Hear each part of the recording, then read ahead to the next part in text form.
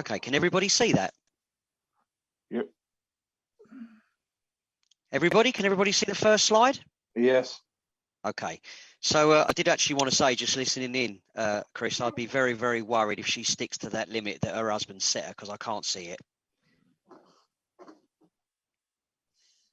Okay, can everybody hear me okay? Yeah, perfectly. Yes. Okay, so good afternoon, everyone. I usually launch straight into talking about St Francis Hospice, which is, of course, what I'm here to do. But over the last 12 months, and watching many presentations, it makes sense to share a few things about myself and what led me for working this magnificent charity that I represent. The first thing you will notice is my surname. It's French. But that's where the French connection stops, because I was born in 1967 at Hackney Hospital. Anyone that tells you they're from Hackney ain't, because I can assure you all there's no H in Hackney. So my dad was one of 11 out of Bethnal Green, and my mum was one of 9 out of Stoke Newington. They were married for over 60 years until my mum passed in 2013. My dad very recently passed, just December 2020. He was 96. They were and are everything to me. I'm the youngest of 3 sons. I'm very proud of my roots. Maybe it's because I'm a Londoner. The most important thing I am is a father. Let me introduce my 2 daughters, Chelsea and Taylor. Now almost 28 and 26. My world right there. There is also a young lady called Charlotte and a young man named Sean who I work with, who I watch over like a father figure, which I'm very privileged to do and I embrace. I'm a huge football fan, a season ticket holder at West Ham, and of course we have a big game today. And I still play every week at 53, 8 or 9 aside these days. Now, I was never in fundraising. I was a printer for 26 years. Alongside that, I've been DJing since I was 17. So that's now a career of 36 years. I am 18 in the picture you're seeing. Yes, I had hair back in the day. My passion for playing music for others is still as strong now as ever. These days, my love of music has led me into broadcasting. I'm on the internet soul music station Soulbeat Radio. I present 2 shows a week, Sunday afternoons and Monday evenings. I can also be followed on Mixcloud. For 10 years, I ran my own soul music promotions called It's Like Candy, and somehow inherited the nickname the Candyman. The first 3 events were fundraisers. The first for the Muscular Dystrophy campaign, the second for Great Ormond Street Children's Hospital, and the last fundraiser was for St Francis Hospice. My reason? One of my best friend's mum was cared for both at home and at the hospice itself. The support the family received was equally incredible. I believe that everything in life happens for a reason. At the time I was due to pay the donation into the hospice for the event, I found out I was being made redundant from my printing job. The hospice were going to give me a tour to show me how the donation would be used. I put that off whilst trying to find work, but eventually made contact and paid the donation in. The head of fundraising explained they were putting together a team to go out and talk to people about the work of St Francis Hospice and encourage donation. She said I would be ideal. I started on the 6th of July 2011. Now I want to share with you all some important information about this unique local charity that I represent. Some of you may know all about hospices, some of you very little. We opened our doors 37 years ago this July. We are based in Havering Atte Bower in Romford, Essex.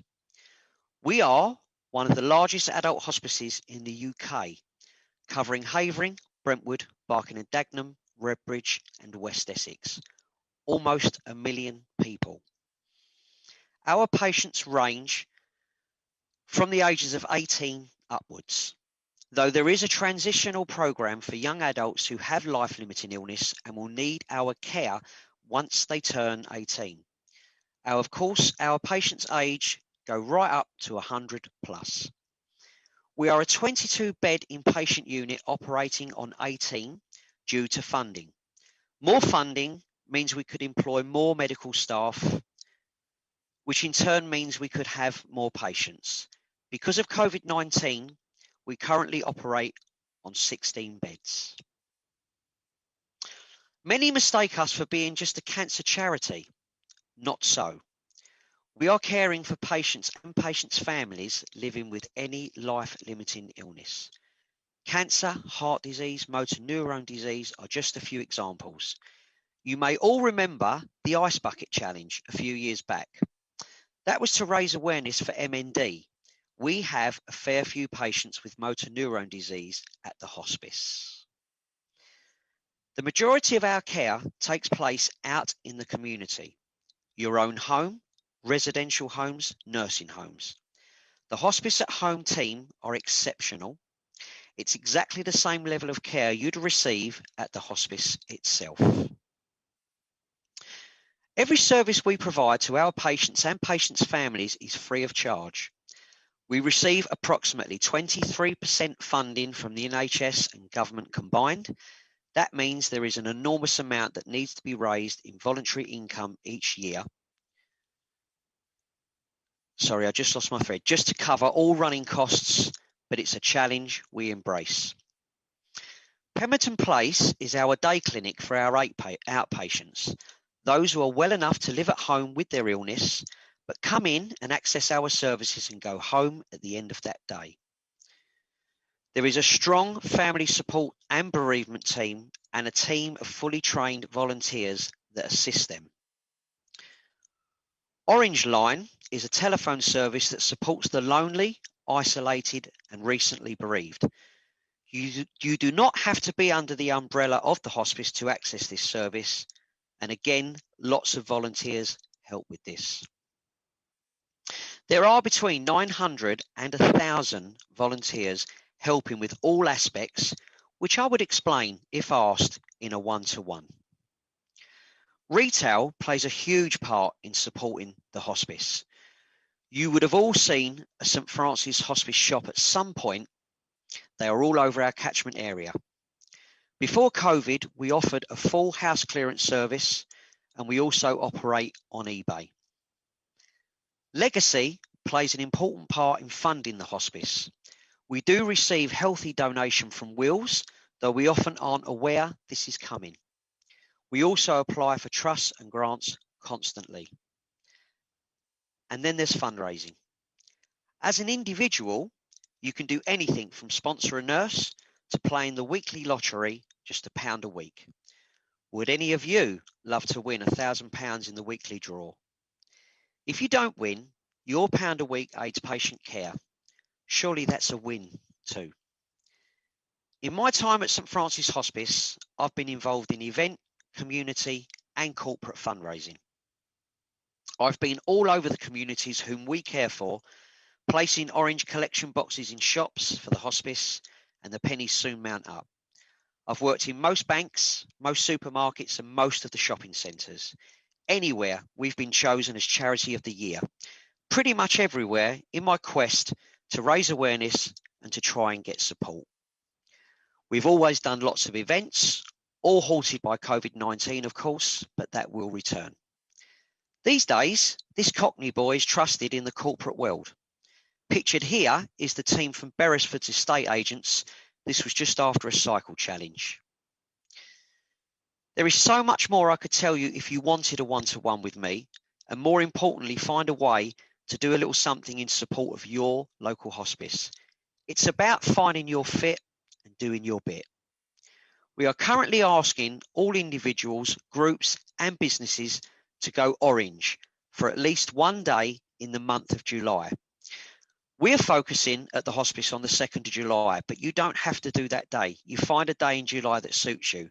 But it's about fundraising your way, but doing something to support the hospice. And that's me, guys, unless there's any questions. There is, because I've got a couple. Thanks, Andy. I really appreciate that. First thing I wanted to highlight is I've known Andy now for probably a couple of years, 2.5 years, something like that. And our first experiences, as a lot of you know, I host a podcast called The Kindness Project.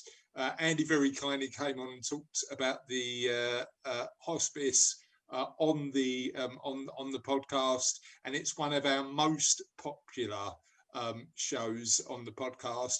And what we'll do is on the show notes, I'll put a link to that interview. If you want to find out a lot more about the hospice and a bit more of a long form chat, check out the podcast. But I've got 2 questions. First one's about Orange Line, Andy, because clearly we've been through an 18-month period where it's been a bit tough.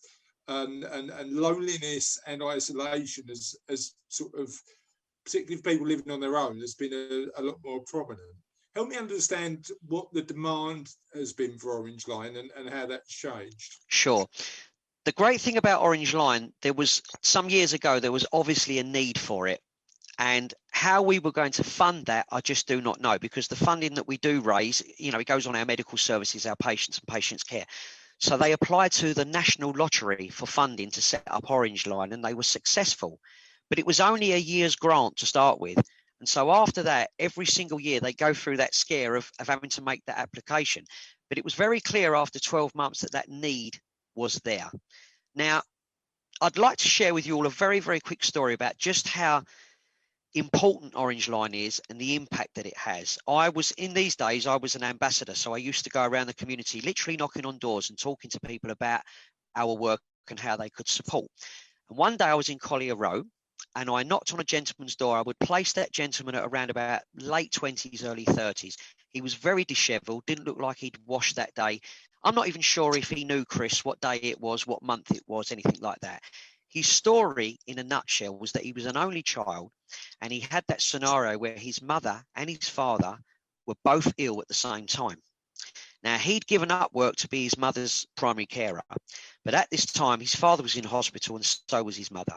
And the inevitable happened. He was visiting one when he got that call that he urgently had to get to the other hospital, but he didn't make it in time. And within a month, his father had passed as well. So this young lad was in a terrible, terrible state. And I realised that what I was there to do, which was to talk about our schemes, our lottery, our sponsoring earth, was irrelevant at that moment. And I gave him the information to contact Orange Line. And I said to him, when you feel ready, please make that call, because you are not isolated, you're not on your own. And if we can't help you, we'll signpost you. And I received an internal email about 2 days later from the person that runs Orange Line. And she said, Andy, you caught that young lad exactly at the right time, because he's called in already. And that fella was already accessing the support 2 days later. Love it. And being out in the community, business or personal, is about actually flagging when somebody might need the help as well, right? Absolutely. Absolutely. Okay, so that was part one, question one. And then question 2 was, I'd imagine there's a decent range of stuff we can do as businesses to support the hospice. Tell us a little bit about some of the stuff that you guys do in partnership with business. Okay, so it depends really the size of your business, because if you think, we actually do get approached by huge businesses who have an enormous amount of employees. So they'll do like a Go Orange Day, which means every member of staff will possibly come in an item of orange. They might have a bake sale that's been set up where someone who's really good within the team, within the employment, will make a load of cakes. They'll hold a raffle. They'll do an auction, maybe. Someone will have their hair shaved off that day. And it's a case of all the staff getting involved in some kind of fundraising. There's a really, really important word in fundraising, guys, and that's fun.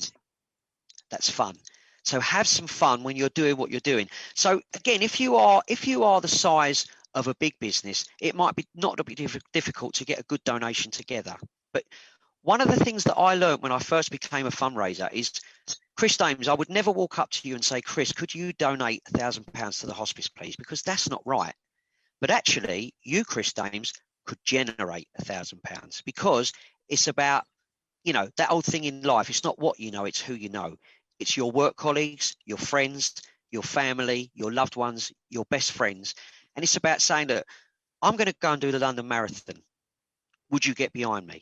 9 times out of 10, people will get behind you. Tell them what the cause is, and I'll tell you why that will work, because everyone that's on this meeting today, the hospice, not just our hospice, any hospice in this country, will touch 1 in 3 people, whether that's your friend, whether it's your relative, whether it's your neighbour. Because I'm telling you right now, all of you, there is probably someone in your street right now that's having hospice at home and you don't even know. So it's very, very, very essential that as a business, as an individual, as a group, you get your head around it and you think, you know what could we do? If that means that we get Julie Wedge sitting in a bar for beans because they're orange, we do it. I mean, I'm thinking about paying Julie Bell to get on that plane. I might actually, not happening, Julie, pay for your own windwalk. I might actually, if we could do a sponsored windwalk, Julie, couldn't we? Yes, that could work. Dressed in orange. Yeah. Chris, Dressed in bright orange. Let's do it. Let's do it. But I mean, if you do see a lot of run chat from me over the next 5 to 6 months, it is because I am doing the London Marathon and I do want to raise as much money for St Francis as possible. So apologies for all my social media posts, but give us a bit of cash as well, because it's going to an amazing cause. Any questions, comments, thoughts from anybody involved? The one thing I want to say is Andy, another group that we both belong to, mentioned about Amazon Smile, and I think that's absolutely fabulous piece of information, Andy. We all buy stuff, and if you register on Amazon Smile and you put St Francis Hospice as the receiver of donations, you pay nothing more, but they get money from it. It's something that you can do without affecting your own pocket even. So if you're going to do anything, do that. Andy, do you want to share a little bit about that, how that works? How do people do that? Yeah, Ian's hit the nail on the head. Especially over this last, this pandemic, we're not going to Lakeside, we're not going to Blue Water, everyone's shopping online. Almost everyone is a customer of Amazon, right? And they have this scheme. Instead of typing into Amazon, you go Smile Amazon. And if you go Smile Amazon, it's exactly the same products that you were going to purchase anyway, but you can select a charity to receive a donation. And as Ian said, as a customer, that will cost you no more whatsoever. But you make that purchase, and then St Francis Hospice receive a quarterly donation from Amazon. But it's by using the Smile Amazon. So thank you for that, Ian. You know what it is? You try not to put too much in 10 minutes, because I could bore you all senseless. But yeah, thank you, Ian. But what we'll also do, Raz, can you just make sure that when we type up the show notes, the link to Amazon Smile for St Francis Hospice is in there. Anybody else got any other questions and comments? Julie Bell, thoughts? Well, I'm just delighted that we're going to be working with Andy, and we're doing what we can. I mean, this is going to be our 3rd event, I believe, or 2nd event. Yeah, and it's just a shame that it's not till something so traumatic happens to you as a family that it highlights just what these fabulous charities do. And it's funny because while Andy was doing his presentation, which was really great, by the way, Andy, I remembered now about 10 years ago, one of our friends' mum was in St Francis, and we visited there. Fantastic people there. It is just amazing.